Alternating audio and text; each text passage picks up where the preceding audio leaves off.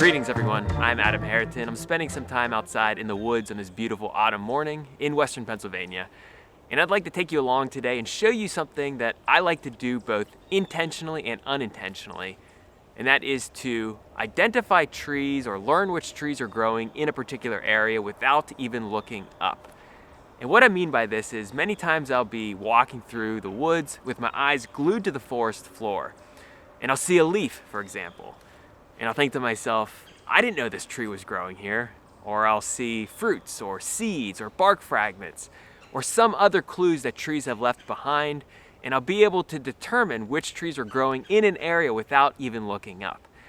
And so many times when we think about identifying trees, we think we have to look up into the canopy, look at branching arrangement, look at leaves, look at architecture, even look at bark patterns, but we don't always have to do that, especially in the autumn season when trees leave behind or shed many clues. We can look at the ground and determine which trees are growing in an area. So I'm going to take a walk around here and keep most of my observations on the forest floor. And then of course, once we find something, we could take a look around and try to match what we're seeing to the trees growing in the area. Let's get started.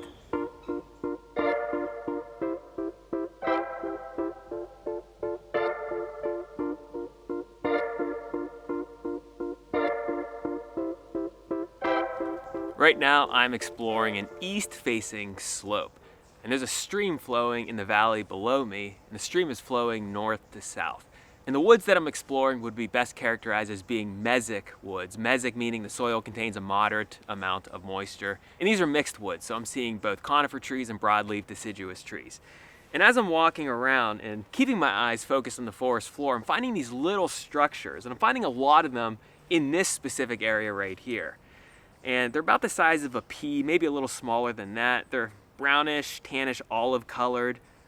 And these are fruits of a tree that must be growing pretty close by. Do you know what these fruits belong to? Well, these fruits belong to a tree known as American basswood. American basswood is in the mallow family. So in addition to mallows, cacao is also in the mallow family, and also okra. And I'm actually not too surprised to see American basswood because this is a limestone outcrop right behind me. And limestone is calcium-containing rock. And American basswood, at least in western Pennsylvania, likes to grow in calcareous or calcium-rich soils. So where is the American basswood tree? Let's take a look around and try to find the American basswood. And oh, wouldn't you know it, it's growing right behind the camera. So one of the key features of American basswood is that it likes to grow in a clumping habit. So many times you'll see one big tree with smaller trees right next to it coming out of the same root system. And even though it is the autumn season, the leaves haven't fallen off yet. They're turning somewhat yellow right now, and they're large heart-shaped leaves. And as I take a look around the forest floor even more closely, I'm seeing some of the leaves that fell off. This is a large American basswood leaf right here. So American basswood, the first tree that we discovered based on our observations of the forest floor. Let's keep walking and see what else we can find. As I'm walking around, I'm looking at the forest floor and finding mushrooms. Now it's been pretty dry here in western Pennsylvania over the past couple of weeks, so I'm seeing not a lot of mushrooms, but I'm seeing some. And if you are interested in learning trees and in identifying trees, it does help to pay attention to mushrooms because some mushrooms are associated with very specific tree hosts. And that's the case with these little mushrooms that I'm finding right here. And I'm seeing a lot of these mushrooms. Now I know the identity of this mushroom, and whenever I see this mushroom, I have a good idea of which trees are growing in that particular area. Now whenever you are harvesting mushrooms, it is recommended that for identification purposes, you want to unearth the entire mushroom and see what's going on at the bottom of the stipe or the stalk and see what it's attached to. And in this case, this specific mushroom, which is known as the walnut mycena, it's attached to the shell of a member of the walnut family. So it could be a black walnut, it could be a butternut, or a hickory, because hickories are members of the walnut family. Now in this area, I don't expect to see a lot of black walnuts because whenever I see black walnut trees, I'm typically in a bottomland area or a very fertile area or in a floodplain.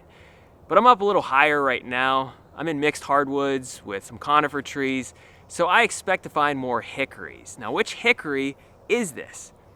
Well, as I take a look around, I'm going to now look for more hickory nuts. And as I take a look around, I am seeing hickories, or the nuts of hickories. And when I look more closely at these hickories, I can see which species this is because the nuts of hickories look different from one another. The nut of shagbark hickory looks different than the nut of mockernut hickory, looks different than the nut of bitternut hickory. And so the husk of this nut is very thin, and the wings don't extend fully from the top to the bottom. They kind of stop halfway. This tells me that I am in the presence of bitternut hickory. So where's the bitternut hickory? Now, in my opinion, bitternut hickory isn't the easiest tree to identify based on bark alone, but I know it's in here based on this nut, so let's take a look around, and I think right over there, I see 1, 2, maybe 3, maybe 4 in this general area. So those are the bitternut hickories. And they still have leaves on them. The leaves are turning yellow, and that's characteristic of hickory trees. Their leaves turn yellow in the fall, but they haven't fallen off yet. Now, if I did not see the walnut mycena, I probably would have eventually found these nuts and then been able to determine which hickories are growing in this area. But right now I have an eye for mushrooms, I guess. I'm keeping my eyes glued to the forest floor, and the mushrooms popped out first. And because I'm not seeing a lot of mushrooms, these ones excited me. And because I knew that this was the walnut mycena, I knew that there had to be either a black walnut or butternut or a hickory in this area. And after doing more observational work, I determined that it's a bitternut hickory in this area. So let's see what else we can find. So I'm taking a look around, and it's getting quite noisy in these woods, and I'm seeing all different colors. I mentioned earlier that it's autumn, and one color that I'm really seeing pop in the understory right from the forest floor is the color red. Now, you might not know it by looking around at these surroundings, but whenever you look very, very closely, you will see it. And these reddish rounded structures are literally hanging from threads from this cone-like structure. Now, when we look at this blackish cone-like structure, we might think that this belongs to a conifer because conifers are cone bearers. But this cone-like structure actually belongs to a broadleaf deciduous tree. It belongs to a magnolia. And in these mesic woods with a lot of native trees, the magnolia that is here in these woods is cucumber magnolia, or the cucumber tree, Magnolia acuminata. And it's one of the largest magnolias in the world. And these reddish structures are the seeds. And the seeds are surrounded by these red or orangish red oily arils. And they're hanging by a thread known as a funiculus.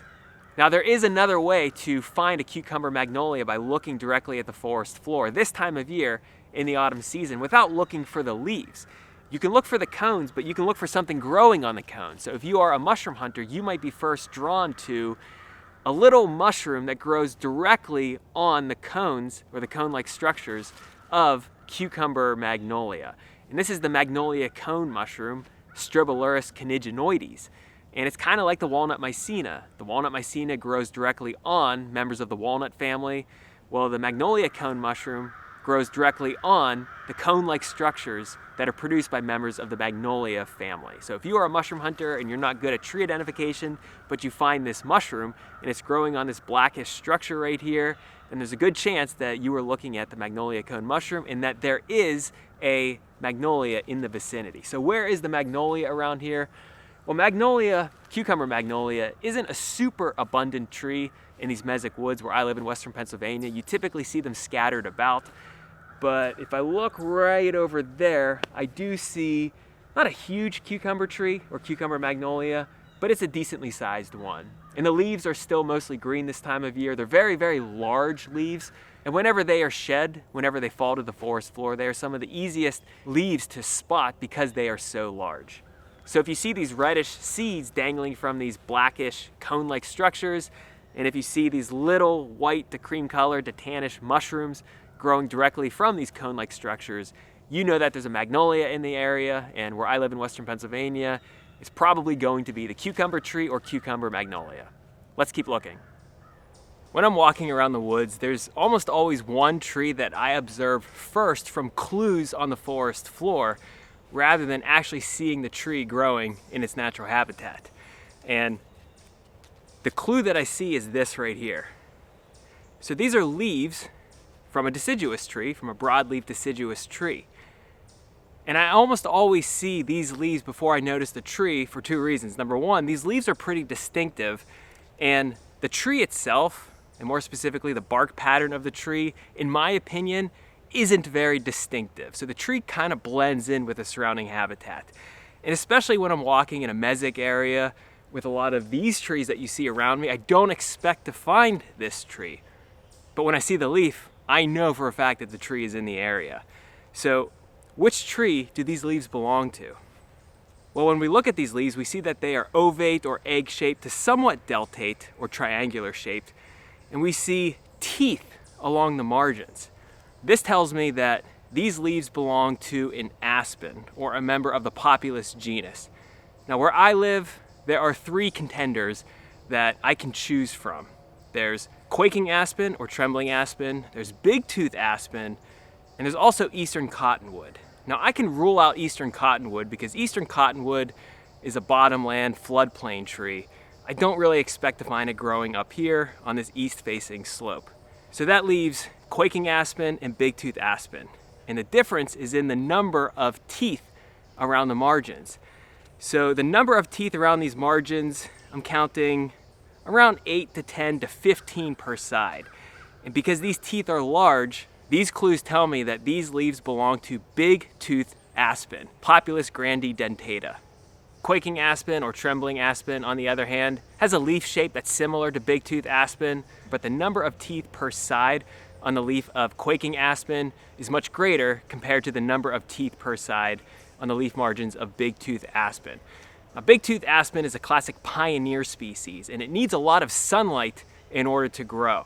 So it was one of the first trees to grow in this particular area because it needs a lot of light, and if there's not a lot of light, it will be shaded out and it will die.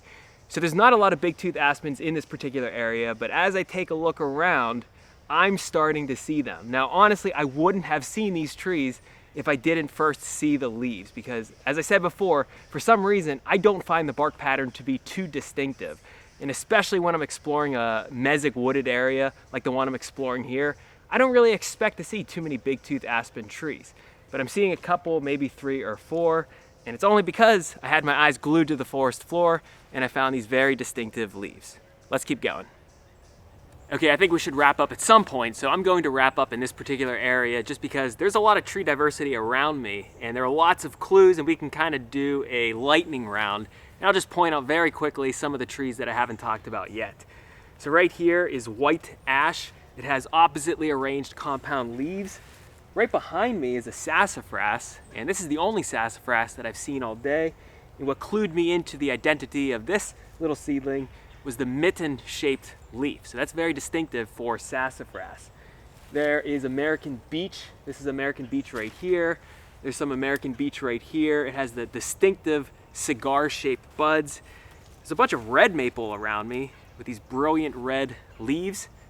And the conifer that we haven't talked about, but the one that you've probably seen throughout this entire video, I'm seeing the shed leaves or some of the branches that have fallen off, so I can determine what it is without even looking up into the canopy.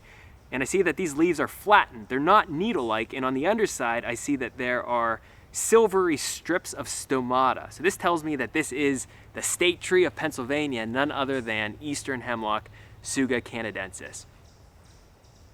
Okay, so I hope you had fun walking around the woods with me, trying to put names on things based on clues that we're seeing underneath our feet. Not clues that we're seeing up above or not clues that we're seeing directly across from us, but keeping our attention focused on the forest floor. Now, I don't always recommend just keeping your eyes glued to the forest floor because there is a time and place for looking up and looking across. But today, I wanted to practice this exercise and see what we would find based on fallen leaves, fruits, nuts, seeds, mushroom associations. And I encourage you to go out and try this exercise yourself, even if you can positively identify most of the trees around you based on bark patterns or what you're seeing up above. See if you can do the same based on what you're seeing down below. Thank you so much for watching this video. I truly appreciate it. If you enjoyed it, I encourage you to subscribe to the Learn Your Land YouTube channel and to head on over to learnyourland.com and sign up for the email newsletter so that we can stay in touch.